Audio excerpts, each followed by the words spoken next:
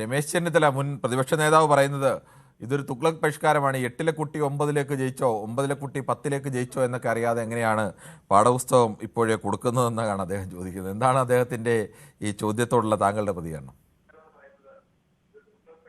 നമസ്കാരം സാറേ. നമസ്കാരമുണ്ട്. ഞാൻ ആദ്യമായിട്ട് കേരളത്തിലെ ഗവൺമെന്റിന് 100 ആശംസകൾ നേരെയാണ്. കാരണം 3 മാസം കൊടുത്ത കേരള ഗവൺമെന്റിനെ ആദ്യമായിട്ട് അഭിനന്ദിക്കുകയാണ്. പിന്നൊന്ന് എനിക്ക് പറഞ്ഞ UDF-ന്റെ ഭരണകാലം ഫോട്ടോ കോപ്പി എടുത്ത് കുട്ടിയെ കയറ്റി കൊടുത്തിട്ട് പഠിച്ചൊരു കാലം ഉണ്ടായിരുന്നു ഇവിടെ.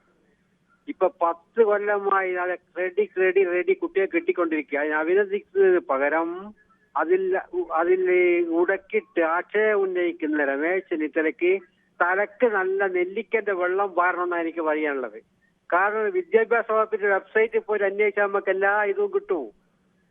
ആദ്യമായിട്ട് രമേശ് ചെന്നിത്തലയ്ക്ക് തലക്ക് നല്ല നെല്ലിക്കന്റെ വെള്ളം പാരണം. തേരാപ്പാര മണ്ടേ ഇപ്പൊന്നും തിരിയുന്നില്ല, എങ്ങോട്ടാ മണ്ടെന്ന് തിരിയുന്നില്ല. UDF-ന് വീണ്ടും പിണറായി വിജയൻ അധികാരത്തിൽ കയറുന്നുള്ള ഒരു സന്ദേശം വന്നു കഴിഞ്ഞ് കേരളത്തിൽ. ഇപ്പൊ തൽക്കാലം എനിക്ക് പറയാനുള്ളൂ. ശരി, താങ്കളുടെ അഭിപ്രായം അങ്ങനെ. ശ്രീ ബാലകൃഷ്ണനാണ് വടകരയിൽ നിന്ന്. ശ്രീ ബാലകൃഷ്ണൻ, താങ്കൾക്ക് എന്ത് തോന്നുന്നു? പാഠപുസ്തകം കഴിഞ്ഞ 10 വർഷവും കൃത്യമായി കുട്ടികൾക്ക് വിതരണം ചെയ്തിരുന്നു. ഈ വർഷം അടുത്ത അധ്യയന വർഷത്തേക്കുള്ള പാഠപുസ്തകം ഇപ്പോഴേ ഫെബ്രുവരി പകുതി ആകുന്നതിന് മുമ്പേ വിതരണം തുടങ്ങുന്നു. അതിനെയാണ് ഇപ്പോൾ രമേശ് ചെന്നിത്തല പരിഹസിച്ചിരിക്കുന്നത്. താങ്കൾക്ക് എന്താണ് ഇതിൽ പറയാനുള്ളത്? നമസ്കാരം. നമസ്കാരം. വിനാശകാലേ വിപരീത ബുദ്ധി. അവരുടെ കാലത്തുണ്ടായത് അവർ തന്നെ ഓർമ്മപ്പെടുത്തി. ഇടതുപക്ഷ ജനാധിപത്യ മുന്നണി കേരളത്തിൽ അധികാരത്തിൽ വന്നിരിക്കും. അതിന് യാതൊരു സംശയമില്ല. ഒരു ജമാഅത്തെ ഇസ്ലാമിന്റെയും ഭീഷണിയും കാര്യങ്ങളൊന്നും കേരളത്തിൽ വിലപ്പോവാൻ പോകുന്നില്ല. ജമാഅത്തെ ഇസ്ലാമി നിയന്ത്രിക്കുന്ന ഒരു ഗവൺമെന്റ് കേരള ജനത ഇഷ്ടപ്പെടുന്നില്ല. അതിന് യാതൊരു സംശയവും വേണ്ട. ഇടതുപക്ഷ ജനാധിപത്യ മുന്നണിയിൽ പോരായ്മകൾ ഒരുപാടുണ്ട്. പക്ഷെ ഈ പ്രാവശ്യം ജമാഅത്തെ ഇസ്ലാമി കൂട്ടുകെട്ട് ഭരണം കേരള ജനത ആഗ്രഹിക്കുന്നില്ല.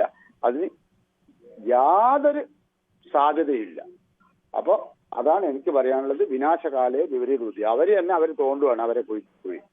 ശരി, ശ്രീ സന്തോഷാണ് കാസർഗോഡ് നിന്ന്. ശ്രീ സന്തോഷ്, താങ്കൾ എങ്ങനെയാണ് കാണുന്നത്? പാഠപുസ്തകം നേരത്തെ വിതരണം ചെയ്യുന്നതിനെ കുട്ടി ജയിച്ചോ തോറ്റോന്ന് ഇപ്പോഴത്തെ കാലത്ത് കുട്ടികളാരും തോൽക്കില്ല എന്നത് അറിയാൻ കഴിഞ്ഞിട്ടാണോ, അതോ ഇനി UDF കാലത്ത് ഭരിച്ച കുഴപ്പങ്ങളെക്കുറിച്ച് വീണ്ടും ഓർമ്മിപ്പിക്കാനാണോ? എന്തായാലും രമേശ് ചെന്നിത്തല സാധാരണ അത്തരത്തിൽ പ്രതികരിക്കാത്ത ആളാണ്. പക്ഷേ അദ്ദേഹത്തിന്റെ പ്രതികരണം അത്തരത്തിലായി പോയി. എന്തായാലും ഇത് രമേശ് ചെന്നിത്തല പറഞ്ഞ എന്താണ് തെറ്റുള്ളത്? കാരണം ഒരു വാർഷിക പരീക്ഷ പോലും നടന്നിട്ടില്ല. കൊല്ല പരീക്ഷ നടക്കുന്നതിന് മുമ്പേ അടുത്ത ബുക്ക് കൊടുക്കേണ്ട യാതൊരു ആവശ്യം അവിടെ വരുന്നില്ല. അച്ചടിക്ക് വെക്കാം, അത് കുഴപ്പമില്ല. കാരണം അടുത്ത സ്കൂള് ഓപ്പൺ ആവുന്നതിന് മുമ്പ് കൊടുക്കാം. ജയിച്ചോ തോറ്റോ എന്ന് അറിഞ്ഞിട്ട് അതിന് ശേഷം കൊടുക്കാം. പക്ഷെ അതിനു മുമ്പ് ഇത് പെർസൺ സ്റ്റണ്ട് പോലെയുള്ള കുട്ടികളിൽ